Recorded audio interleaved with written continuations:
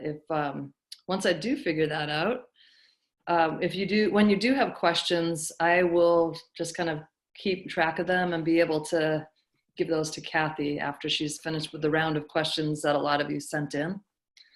And, yeah, so there's a chat function.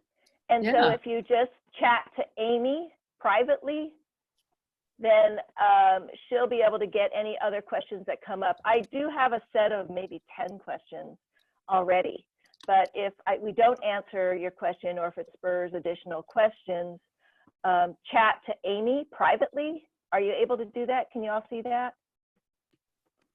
If you go to the Amy's name, there is like a there's like a little chat, a little conversation bubble, and then 3 dots. And if you click on that, you should be able to see something that says chat privately. Amy says privately to me, I can't see the chats. All right, I'm going to say, okay, I think you have to like change your format, your view format. You know, yeah, I'm trying to do that right now. Okay, so you can see we are Zoom. If anyone's a Zoom expert, feel free to unmute and give us a training right now. Well, it's like we're all on Zoom calls constantly right now, but to actually host one, that's where, you know, mentioned it might be a little rocky, a little bumpy, but Kathy, you just so far so good. Amy, hit Alt H, and it should bring up a chat window. And then you can change that between everybody and between specific people. But Alt H should just bring up your chat window. Oh, thank you so much. Okay. All right. I'm also recording this session, and I just started because I was recording it automatically, and because people were calling in to see if they could make the connection and then dropping off, I got like 20 notices in my Gmail that your recording is ready, because it was like a 10-second in and out from somebody. So I just deleted all that, and then I forgot to start. But we started with Amy. When you see this recording, you're going to know who I am anyway, so I don't need to reintroduce myself. So what we want to do is, some of you sent in some questions, and we'll be talking about that. And then we have a couple of people that we work with quite often, Kristen Arts from Scatters Quilts, and Cara Marie Piazza from the eponymous Cara Marie Piazza. Both of them we've worked with for a while now and are good friends, and they're both doing online training. Kristen is doing an indigo training with Shibori, and I'm going to be co-teaching or co-answering. We're still working on the format, but you can go to her website, which will send you a link to. She also has a discount coupon. I think she has 3 more spaces in that class. She's a fabulous teacher, super energetic, and has these really easy and beautiful shibori techniques that she'll be showing you. So that's one. And then Cara Marie is doing a cosmic t-shirt. And so it's a bring your own t-shirt, which I'm sure all of us stuck at home have a couple of those. And then she'll have a link back to our site. We're putting together a little mini dye kit of natural dyes. These are all extracts. I'm sorry, these are all raw materials. So you'll get things like marigold flowers and madder root. Oh, I dropped it all over my keyboard. I have some Hopi sunflowers. Just dump those as well. Things like that. So all of those will be in the kit in small amounts. It's going to be different than what you order online. Like if you order online, you get kind of a large amount, but because you're only doing one t-shirt, we're just going to size it for the amount that you would have for a t-shirt. So she's got a discount code that we'll send you the link to, and then we'll also send you the link to the kit that we'll be offering. And that, I didn't give you a date, did I? That one is April 7th. Is when she's going to be online and doing the class live. And then Kristen's is April 3rd and 4th. Is that right, Amy? Sorry, I was muting myself so you couldn't hear anything. Kristen's, I will send everybody information afterwards with the links, and which I did send last night, but Cara is saying feedback for 15% off. So. Okay, great. Yeah, so each of them are giving you a discount because you're participating today. And then, yeah, so this is going to be wild because I've done some video training in the past, but I've never done it on this platform. So it's amazing to me how powerful it is. Okay, so those are the two kind of promos that we're running. I think also Botanical Colors is going to send you a promo code if you want to just buy regular dye stuff. So that's a 10% off on pretty much anything in the store. There's a few things that we don't discount, but most of the stuff is. So everyone who has signed up for this will get that discount code as well. Okay, so before we get started with the Q&A, I thought we could take a tour of a virtual dye studio. So we're working from home, and Carrie, who is my head dyer and runs all of our production, has just outfitted her kitchen as our little mini production dye studio. So Carrie, if you could just unmute and show everybody what you're doing. Let's see if we can get this going. Hello. Hi, Carrie. Hi, can you hear me? How's it going? Yeah. Well, welcome to my home kitchen. So, yeah, as you know, we're working from home, and so yeah, just especially for today, doing some raw materials, fun, dyeing at home. First of all, I just brought minimal tools, supplies, and dyes back home with me so we could continue working, keeping up with our clients, and just keeping everything like fresh and yeah, active, just like in our brains while we're working from home. So yeah, just first of all, I would just like to say, like, when you're working in your home kitchen where you also cook and also live, it's important to distinguish between the tools that you're using. So I'm not going to go grab my salad bowl to mix and dilute any dye stuff. So just wanted to say that as a disclaimer. I don't suggest doing that. So yeah, anyways, want to make sure that you also have masks if you need. I know that those aren't plentiful right now, but just, make sure you practice good safety, gloves and whatnot. So yeah, so today I wanted to show you, like Kathy was trying to show you some of the raw dye stuffs. I'm going to attempt to show you in the screen. We have some marigolds, and now they're falling on my computer. And then we have some Osage. And as a fun and simple, like at-home kitchen dye project, I've taken the raw dye stuffs.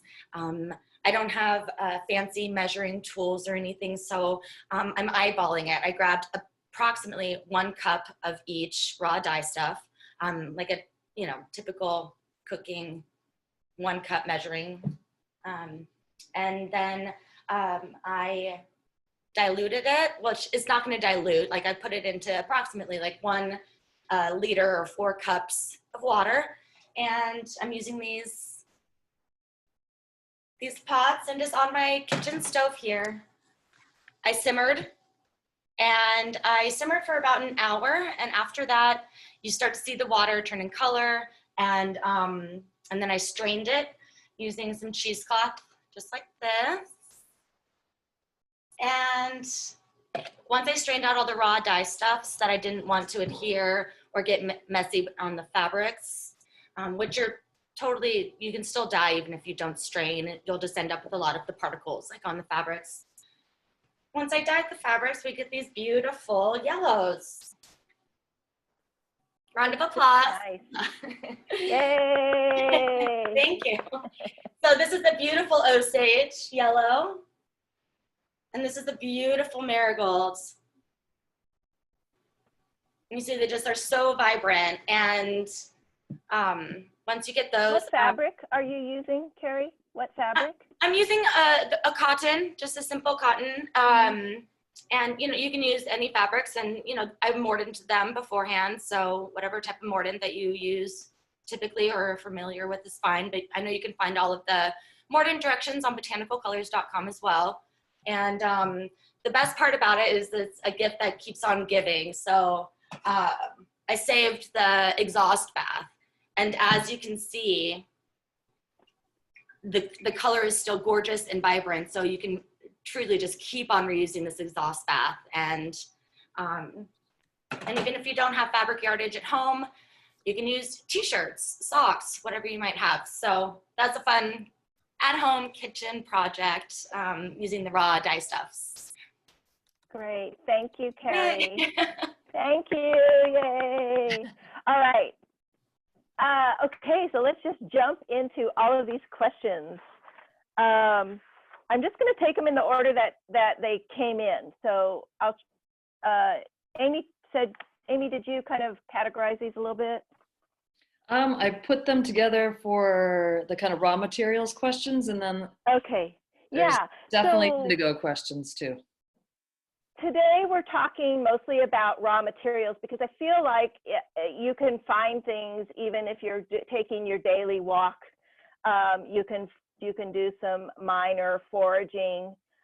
If you're in an area, so like it's still raining here in Seattle, it's freezing. It's not even 50 degrees yet today. But if you are in an area where it's warm and it's spring already, there's lots of blossoms out there. You could try some fabric eco printing with flowers. You've got some greenery coming. You've got these weird pods coming off of trees as they, you know, like the catkins and all sorts of little tannin-rich bud-like things that are there. So use them. I mean, try them. So we thought that, oh, you probably would be able to find that as opposed to try to like get in your car and go to I don't know, go anywhere if there's anywhere to go to do that. So just go ahead and find those things. And so what I have here for a question is, the person asks, I've been scouring fabric getting ready for my homegrown marigold, zinnia, and madder root. Well, that's exciting. I'm waiting for all the varied mordants to arrive, but the question that the dyer has is, what's the proper mordant with the proper fabric or fiber type? So those of us in the natural dye world kind of have this two ideas of fibers. There are what we call animal or protein fibers. So it'd be anything like a wool, a silk, alpaca, anything that comes from an animal, right? And is a protein base. So it's like your own hair, right? It's a protein based structure. All of those take a specific mordant and work best with it. And then there's what we call the plant world or plant fibers, or what I'll call cellulose fibers, because that's how I was trained. Cellulose fibers are the cottons, linens, hemp, bamboo, anything that comes from a plant source. Now there's a couple of what do you call it? A couple of exceptions. One is soy. So soy comes from a plant, but because it's such a high protein product, I've often mordanted it only with the way that you would mordant an animal fiber. But most fibers will be on either side of this, and you can mordant specifically to those fiber types, and you get better results this way as well. So when you are using silk or wool, you can mordant with aluminum sulfate, which is also called aluminum potassium sulfate. And the reason it's called that is there's two kinds of aluminum sulfate, and the aluminum potassium sulfate is more highly refined. They both work really well. So if your local supply only has aluminum sulfate, use it. And you're doing wool or you're doing silks, you can use that. You'll also hear that called alum, just alum. People, you know, dyers will often say, oh, I'm just using alum. Alum is aluminum sulfate or aluminum potassium sulfate. That's what it is. Then on the other side, you have aluminum acetate. And aluminum acetate in the type that we get here readily in the United States actually needs an additional step in order to make it more effective. And I didn't know this for a long time, like 20 years. So when I used to mort it with aluminum acetate, I would get these kind of not quite there colors. You'd look at all your protein fibers, you know, your wool, and then you'd look at the cotton next to it and you'd think, oh my God, what's wrong? Because it just didn't look the same. So, or it didn't even have any of the same vibrancy, even though you were using the exact amount of dye. And that, because I don't have a technical background and I'm not a chemist, I had no clue why. All I knew is that I hated dyeing cotton and linen and hemp because it was so ugly. It's just not interesting to me. But then I found out in about 2004, I went to France and I studied with Michel Garcia for a bit. And he's like, I don't know, most of you probably are familiar with him because he's done these DVDs. But I mean, he's sort of this mad genius guy, right? And so he knows so much. And when you're with him, you're just sort of like overwhelmed with this tidal wave of information that comes at you. But what he did tell me is that, you know, aluminum acetate, you got to do one more thing before it's really as potent as aluminum sulfate. And I didn't know that. And so once I did that additional step, then it kind of opened up that world for me. So when you look at the aluminum acetate recipes, you'll see that they'll often say, can you put tannin on before and then the aluminum acetate, and you get a better color. Or you can say aluminum acetate, and then they'll talk about a post bath with either wheat bran or with calcium carbonate, and you'll get a good color that way. So we have, I think, at least one of those recipes there. There's also a recipe that uses cellulose scour and aluminum acetate. And we're in the process of modifying that recipe so that you have cellulose scour, which is just the cleanser, aluminum acetate, and then a post bath. So it's a three-step process. Takes a little bit more time, but it really helps bloom the color on your fabric or your yarn. If you're, you know, a cotton yarn knitter, or if you're a spinner and you're spinning cotton and you want to dye it, you really need to do this two-step aluminum acetate process. And if you're using cellulose scour, it's 3 steps. So it's more involved, but you get much better results. So what this dyer said is, I have alum, cream of tartar, and tannin on the way. My fabrics are mostly cotton and linen, but I do have some silks and bamboo. Okay, so with the silk, you can use alum, which is aluminum sulfate. You don't have aluminum acetate because we ran out and we just restocked this week. So, okay, but with tannin and aluminum sulfate, you can also do another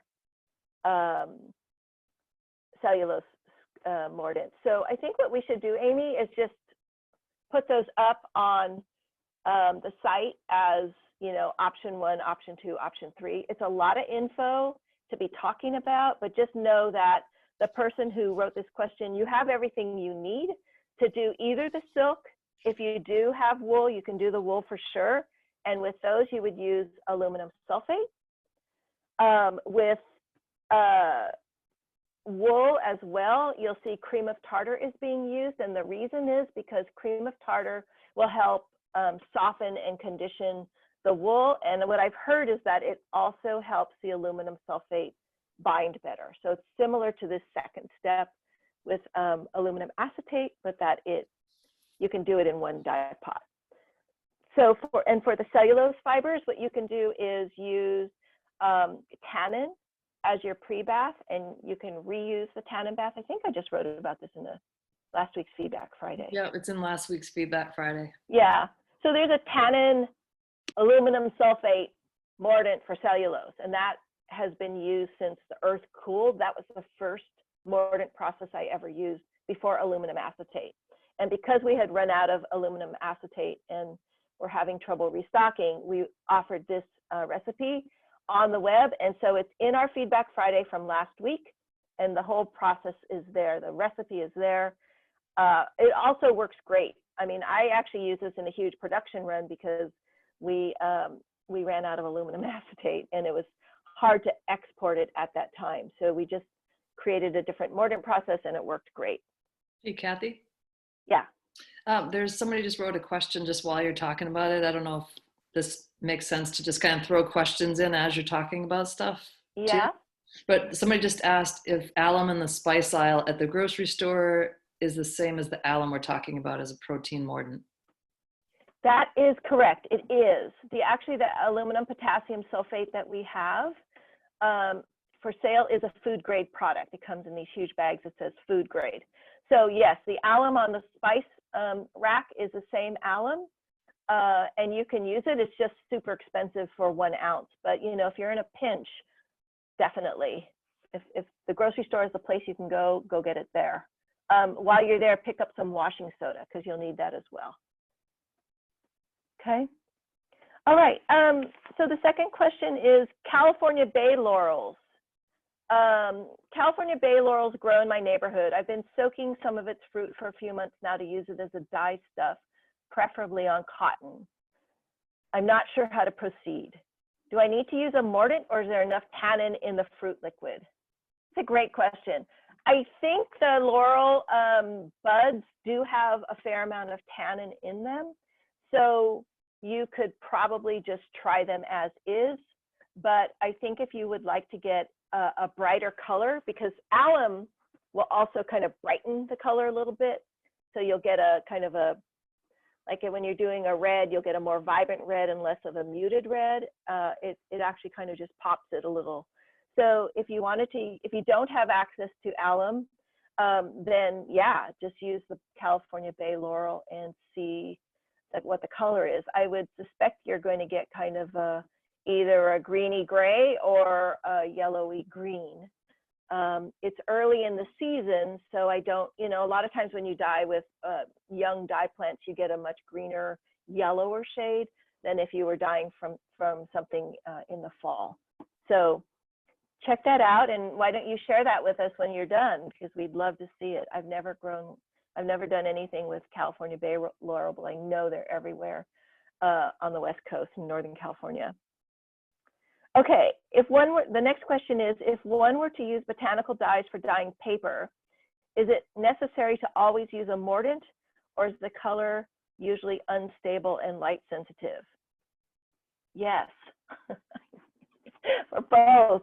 I don't have a whole lot of paper making experience, except that I figured out that when somebody says that it's acid-free paper, it means it has alkali on it. And I tried doing something and I got these black and purple marks on something that I thought I was going to get red because of the, I think they put calcium carbonate on the paper or something. So it had a chalk ingredient in there, and it sort of shifted everything differently than I thought it was going to be.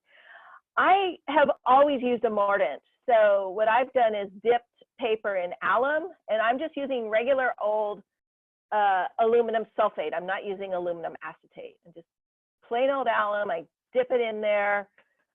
Depending on how durable your paper is, if you think it's going to disintegrate in a water solution, you can put your alum solution in a spray bottle and just spray it on the surface of the paper, right? I mean, you do, or if you have a paintbrush, you can paint it on, just get a little alum on there. And how much, I'm sure you're all asking, how much alum? I don't know, a tablespoon in a quart of water kind of thing should be enough. I'm trying to remember, Amy, when we were working next to that paper studio, was he putting alum in his, I think I told him to put alum in his soap water. I don't remember. Yeah, Brees would know. Brees, are you on this call? He is. Can you weigh in? Oh. I think he did both. Hello.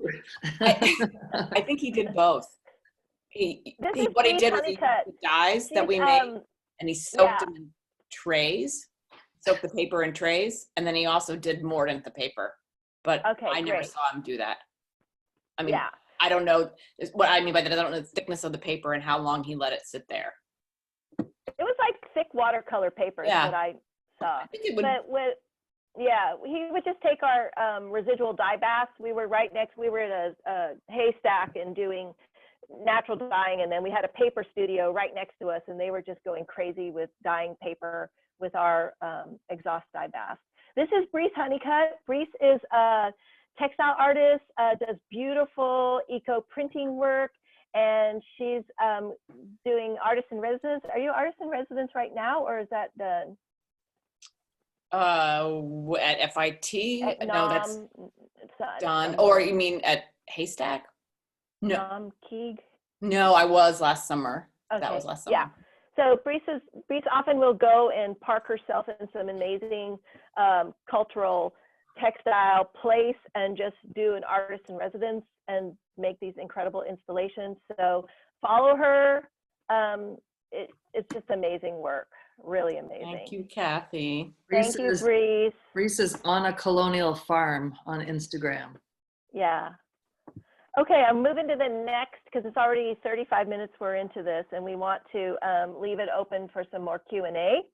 I'm growing my own marigolds to dye, both African and French marigolds. At what point is it the best time to clip them for drying? Any other marigold growing tips are helpful. Okay, so with marigolds, what I like to do is when they're in full bloom or just past bloom is when I start deadheading. It's called deadheading. Has nothing to do with the Grateful Dead. It's actually a gardening term. And it means that you take off the spent blossoms of like, of a plant. So like with a rose bush, you know how you clip them so that you get continued bloom. And it's a strategy in most flowers, except for things that only give up one, flower, like a tulip. You wouldn't deadhead a tulip. You're just going to pick it, and you're not going to get another tulip from it. But stuff that grows like on a bush, usually if you clip it, you get more. So with marigolds, this is very much true that if you clip them and you take off the little, I don't know if you can tell, but these were not picked in their prime. Like this one was old, right? Can you see that? Kind of chewed up, but it still gives good color. And then this one was probably a little bit open. It might have been that they had to take them a little early because of the weather change or something like that. But usually if you have, those big, huge African marigolds. So what I've heard, and I didn't even realize this from the guys from Grand Prismatic Seeds, is that the African marigolds give you like more bang for your buck because it's this huge flower, right? And I'm like, oh, of course. So I've always grown the French. We use them in our garden as integrated pest control, to attract or repel different pests from the tomato plants and things like that. So we have these rows of little baby marigolds, and then I just will go through and deadhead them all and dry those. I dry them on just an old window screen, that I kind of raise up so that it gets air circulation. In the summer, it's usually hot enough and dry enough so that it dries quickly. If you're in a super humid climate, you might need to do something a little bit different, but definitely out here, it's dry enough. In terms of how to grow a marigold, we are actually going to try to do another Feedback Friday live next week with a plant expert who's going to go through those kinds of things. So is that going to happen, Amy? Well, Melissa's on this right now. We haven't Hey, Melissa! fully asked her that, but let's throw her in. Hey. Where is she? She's Not in her talking. office right now, trying to pretend that we're not calling her out in front of 33 people. Can you hear me? Yes. Okay, can you hear me? Yep, we can hear you. Okay. Do you want to see me too? Yes. I'd love to. How do I do that? What do I do? Just take the tape off. Yeah, take it. Oh, no, there is. I actually did. Hit the start video. Okay. I think. Lower left Oh, corner. there we go. Yep, I see the green light. Hi. Hi. Hi, Melissa. Hi. Yeah, so Melissa Moses owns Plant Workshop in Orleans, also on the Cape. and she makes these incredible balms and salves and oils from her garden.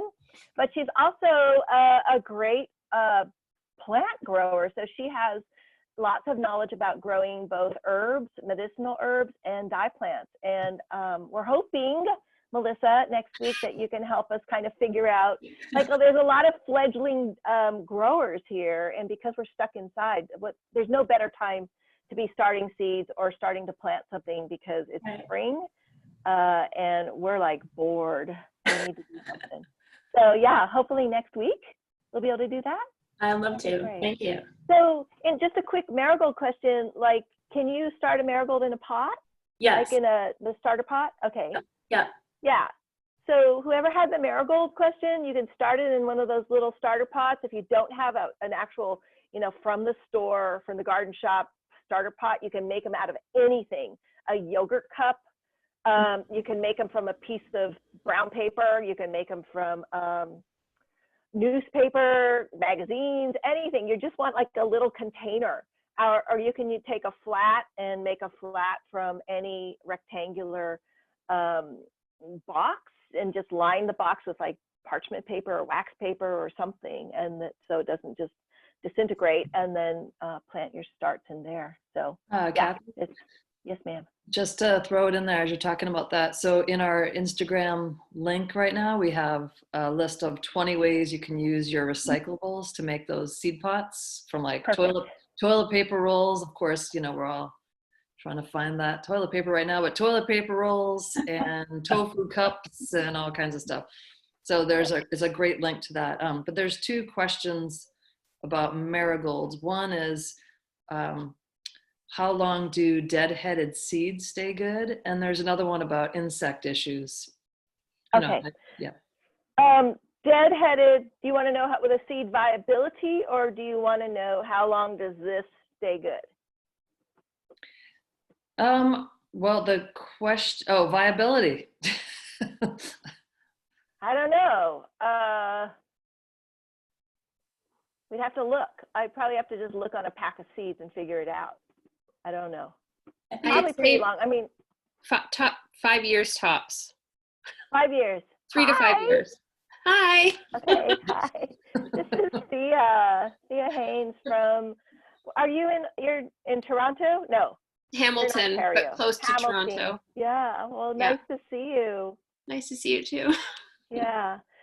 Thea are you still lecturing at Sheridan? Yep. Yeah, so Thea's a lecturer at Sheridan College in Toronto, and I taught there a few years back. She is an amazing artist. So Thea, what's your Instagram? It's just my name, Thea Haynes. Okay. Yeah. So maybe what we could do is after Amy, thank you, Thea. Amy, after this, we could like put on people's Instagram handles so that if you're interested in following new people, there are new people to follow. All right.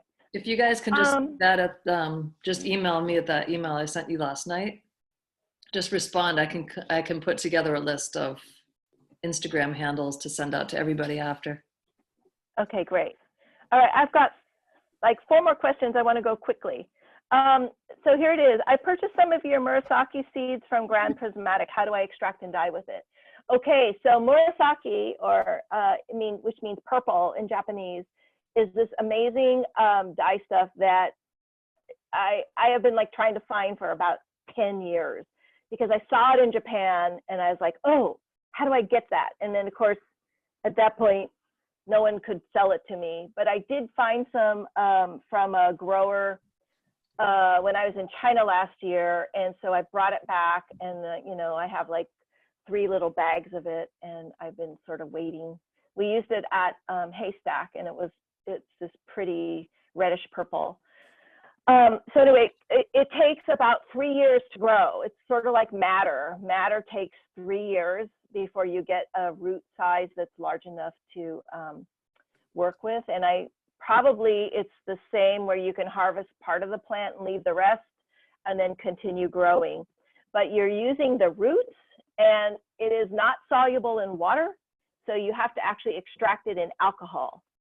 So what we did when I was teaching was that we just stuffed a mason jar full of the murasaki roots, and we poured in a bunch of drugstore alcohol. What's that called? Isopropyl alcohol. I was afraid it was going to explode, but there was a chemist on staff, and he said no. So I was like, okay, fine. And we would just kind of shake it up once a day. I think it took maybe 2 or 3 days to extract, and then we just kept adding more alcohol and extracting it until it wouldn't give any more color. And then we took all of that alcohol infused purplish dye stuff, dye liquid, and we threw it into a dye pot with mostly silks, I think. So we went for protein fibers rather than plant fibers, and we dyed with it, and we got kind of a mid-range purpley gray. It was quite pretty, but it was a lot of work. So if you're going to use the dye with the murasaki, you're in it for the long run, as you are if you're doing madder, but it is a really interesting plant. The other thing is that, what was I going to tell you about it?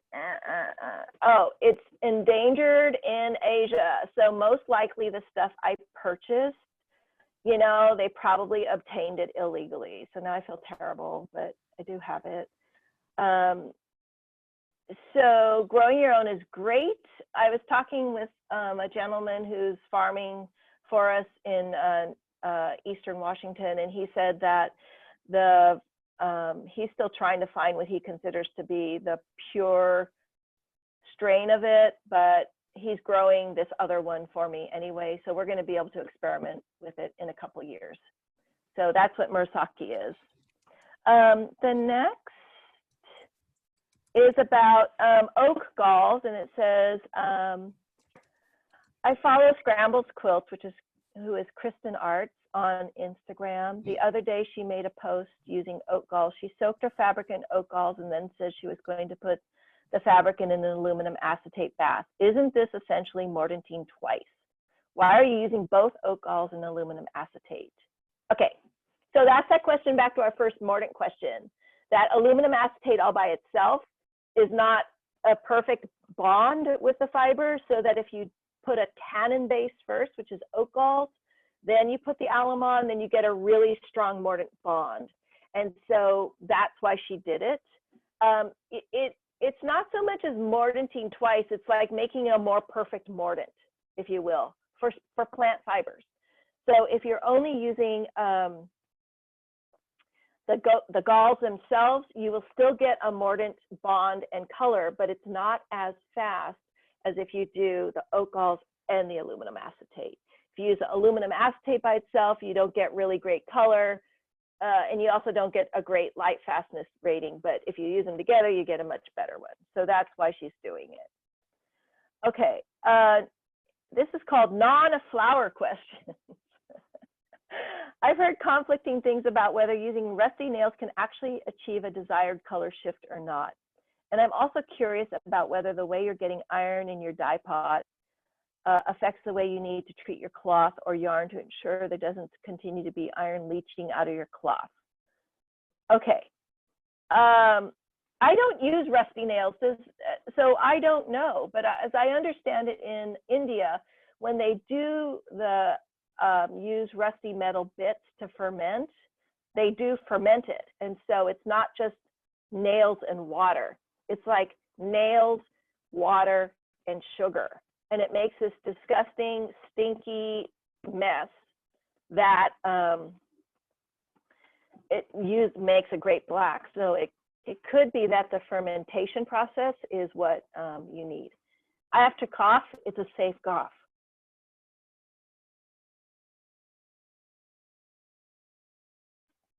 There's a lot of dust in here.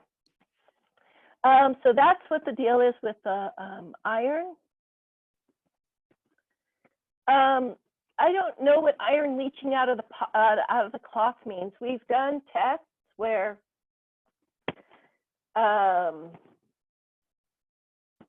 we had ferrous sulfate, which is the green stuff, and we would put it in a dye bath, and then we would dye with it, and then we would have it tested at a test lab, and all of those tests came back with no residual iron leaching. So if you're having iron leach, there's something going on with your dye process. And I can't tell what you're telling me to tell you what's going on, but maybe that could be a question for either our office hours or an extended feedback Friday later on. Oh, here's a good one. Often when dyeing with natural dyes, my results on cotton, silk, and linen are more muted and pale than I would like. I scour my fabric and have used a variety of recipes for Mortentine. The photos I see from your classes are much brighter than I'm able to get. What might I do differently to get more saturated and vibrant colors? The first thing is your mordant process has to be pristine. So that means perfect scouring, really good scouring. A lot of people look at me and they go, I don't want to scour.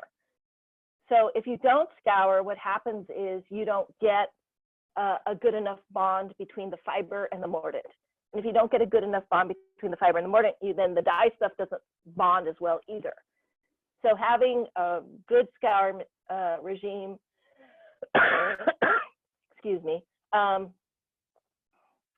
Also, if you are Mortentine, you can sometimes cure your mordant, either the aluminum sulfate or the aluminum acetate. And if you cure it and wait, instead of just 45 minutes, if you wait for a day, you get a better penetration of the mordant into the fiber, and then you often will get a better dye result and a deeper color. Also, you can leave your stuff in the dye pot longer. I mean, you know, so when you're an artisan, you can actually spend the time to do extended Mortentine and extended dyeing, because you can just, especially with cellulose, you can put your stuff in a mordant bath and it doesn't have to be hot, and you just leave it there and then bring it out when you need it. Some dyers rinse, some dyers don't rinse, but whatever your next step is, put it into the dye pot. And then once, you can either leave it in a room temperature dye pot, or you can heat it. And then once you're done and you're like at the color you like, I always like to dye a shade darker, because with all the drying, especially with cotton, your dried color is about 1 shade lighter than your wet color, and sometimes 2. So always dye a slightly darker than what you want, because you're going to then end up at the color that you are looking for. So a lot of this is just time. Obviously you can add more dye stuff, but then you're dealing with an exhaust bath, and maybe that, like what Carrie showed you, where she was dyeing with the Osage and then there was so much dye left in there, she put in another piece of fabric and it was still really super bright yellow. So that is a strategy. If you're really trying to get a really hot and deep color, add more dye, put it in there, but then just be prepared to use the exhaust so you're not wasting dye stuff. Hey, Kathy. Yeah. I got, you have some water nearby? We all want to take care of you. Oh, yeah. You know, I have asthma, so I obviously inhaled like the marigold or the Osage. Hold on a second. Yep. I've got a whole bunch more questions for Kathy from you guys, so I'm just waiting for her to have that water. We're going to run you ragged, Kathy. Nice. I got it. Okay. And then I have like just a really, what happened to the other one? Do you want to have any of these other questions too? For yeah. Okay. Okay, so now we're open for, Amy, I guess you're just going to feed me the questions? Yes. All right, I'm ready. Game show or something here. Hey, Kathy. Where's the button? Okay, if you have any tips for using avocado skins or pits, which is what I have available in my kitchen. I wasn't going to Mordant. I'm dyeing wool yarn, thanks.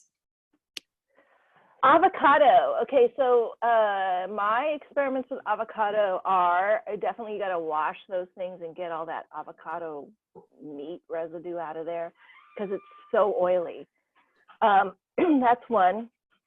The other thing is, we found that if we had to really extract for a long, long time, and when I say extract, I mean put the pits and the skins in a pot and simmer it for a long time before we even could create enough color in the dye bath to dye anything significantly.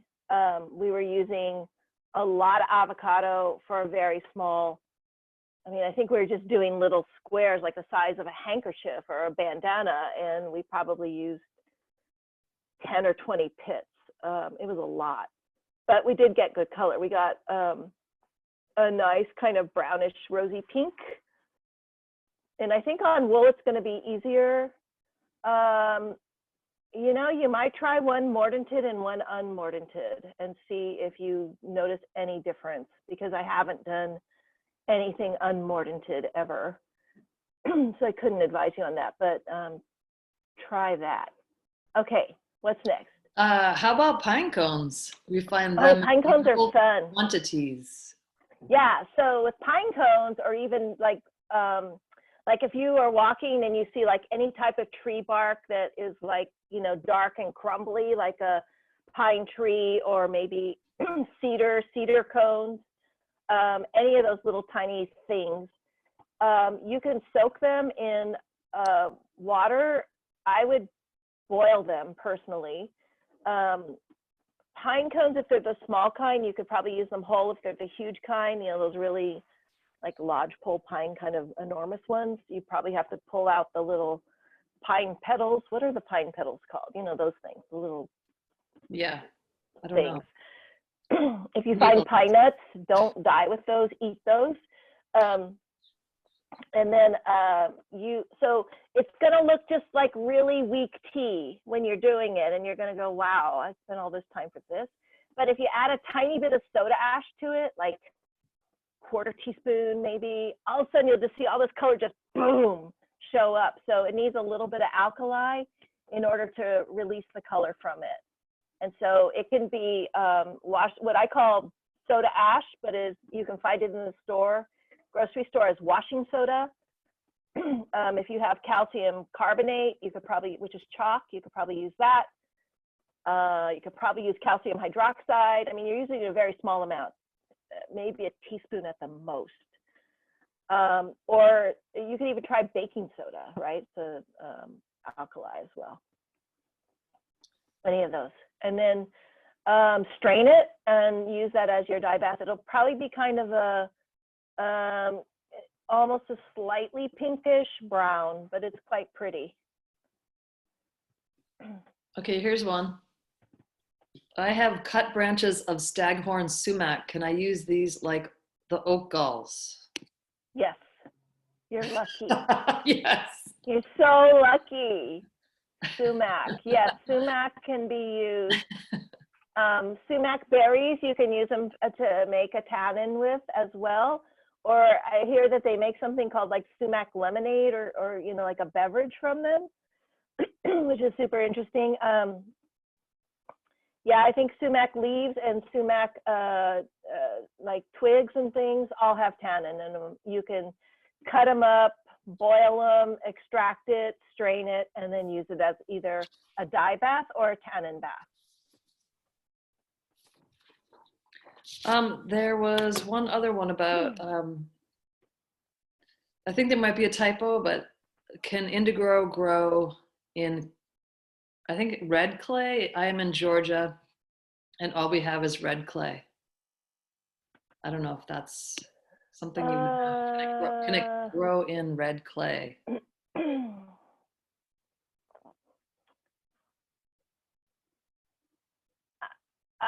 I know somebody who's growing indigo in Athens, Georgia. I don't know what kind of soil they have. Oh, Reese Honeycutt just said, yes, that is what the soil is like in Georgia. Yeah. She's trying to unmute herself. That's not what I meant. I mean, that's the soil is like, I don't know if you can grow it, but that's a soil like in North Carolina, it's just red dirt. That's all I meant to say. Yeah. I don't see why you couldn't. You might need to add some amendments so that it's a little bit more friable, you know. Okay, just remind me next time that I should probably take my asthma medicine before talking so much. But what I wanted to say is that, yeah, it probably needs something where the soil has a tiny bit more, it's not dense, you know, clay like you could make a pot from, right? Because it's so dense. But if you had a little bit of some side of other organic matter in there, it should be just fine. I mean, definitely you have the weather for it. You have the climate for it. So you should be able to grow it. There's one more question. I mean, it's 12:57. I don't think we ever even put a real time. I would imagine that we're thinking this is 1 hour long, but just to like give everybody a heads up that it's 12:58. But we had one more question that just came in. Okay. About what's the best way to extract color from acorns? Oh, acorns. So like California acorns, the kind of the longish ones. Actually anything is I've seen where they've actually opened the acorn, taken out the kind of the soft nut of it, and then pulverized that and made that into a tannin. If you have Rebecca's book, this one, she has a thing on acorns in here where she's making like a powder out of it. I don't quite know how she did it, but it was pretty interesting. Acorns, page 20 and 21. The recipe's on page 34. So I don't know, can you see that? She's made a powder out of it.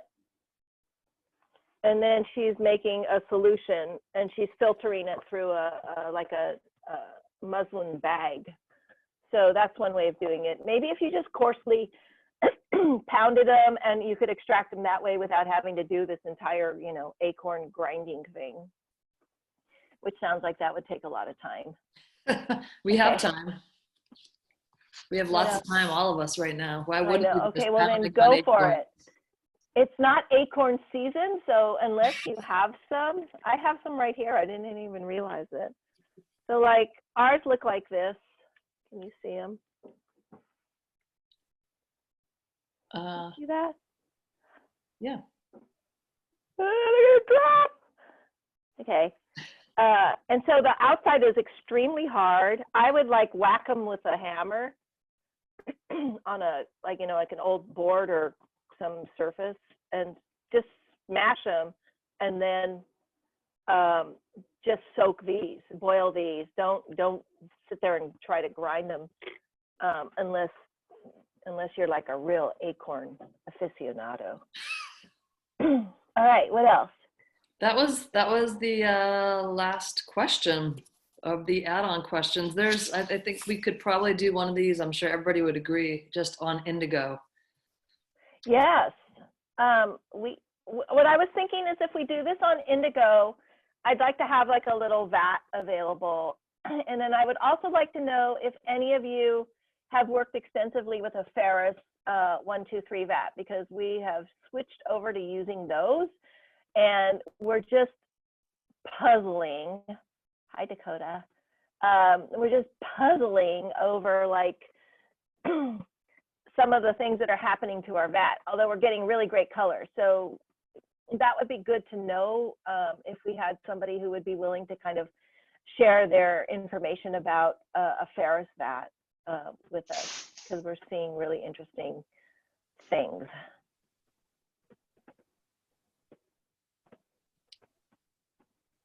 All right, I know Katrina Rodabaugh is on this, and I know she does a lot of indigo dyeing. Okay, well then maybe Katrina could be one of our, weigh-in experts on our next Feedback Friday, and we can chat. All right. Okay. So anything else, you guys? Amy, stop laughing. Well, I'm getting these funny messages from people privately. It's just making me laugh. So sorry. I see. Well, listen, I'm so glad that everybody was able to join us. It's incredible to see you all. We'll be sending out the recording of this Feedback Friday so that you can access that. It is going to start like about 3 minutes into it because I forgot to hit the record button, but that's okay. It says Cheryl Kane raised hand. Hi, Cheryl. Hi, I'm in New Jersey, and last year I grew Japanese indigo, and I dried some of the leaves. Can I extract color from those leaves now? Yes. That might be part of our great indigo discussion, but do you have the John Marshall book that's called Singing the Blues? No. John Marshall? So, John Marshall, it's on our site. We have a whole book page, and looks like this. Okay. That's for sale. And he has a whole thing on doing the work with dried leaves, and it has a specific, let me find the damn thing. He does a lot of pounding stuff. Fresh leaf, so cooked raw leaf and enzyme. So cooked vat, a raw leaf vat, drying indigo leaves is a whole thing, and then preparing pigment from cooked leaves and dyeing with dry indigo leaves. So he actually has specific recipes in here. He does use both either thiourea dioxide or sodium hydrosulfite as his reducing agent. So if you're not interested in using those are industrial chemicals that are used in industrial indigo dyeing, synthetic indigo dyeing for denim. If you don't want to use those, you would have to adapt this to either a fermentation or a 1-2-3 type vat. I have corn syrup and wheat germ. Is that used for, let me see, lime? If you have lime and fructose, you should be able to still do this vat, but you're going to have to experiment. Okay. Because you're not going to have the amount of indigo pigment in a dried leaf that you have in the concentrated powder. So it's going to be a little bit different. You may need to use more reducing agent and less, more of the corn syrup and less of the lime. I just don't know. I've not done this, but it could be interesting for you to report back on it. Okay, and I'd be interested in doing the indigo workshop with you too, the Q&A. Great. Okay, great. Yeah, we'll send around another notice to everybody so that you can sign up, definitely. Okay. Any other quick last minute questions? Because we're over time, but it really was amazing to have you all. Felt like it went pretty well. Yeah, it went great. Good. Went great. Good job, Kathy. Well, thank you. Well, let's all give everybody Kathy a round of applause. No. What I really want is for everybody to stay safe. You know, we've been doing social distancing since the first of the month, so it's been like a long time, but it looks like the number of infections is starting to level off here, so that is a good thing. But yeah, we realize it's just been a really difficult time for everyone. I really appreciate you participating. Amy and I will talk about maybe doing office hours, and then the other thing is we'll definitely do another live feedback Friday, because it just is so energizing for me to be able to actually talk to people, because I haven't been able to for a little bit now. So thank you so much. Amy, one last thing, minute? Kathy Hattori. For you guys, I just wanted to throw something out, because you guys have been so good tagging on Instagram on your pictures, and I love reposting them.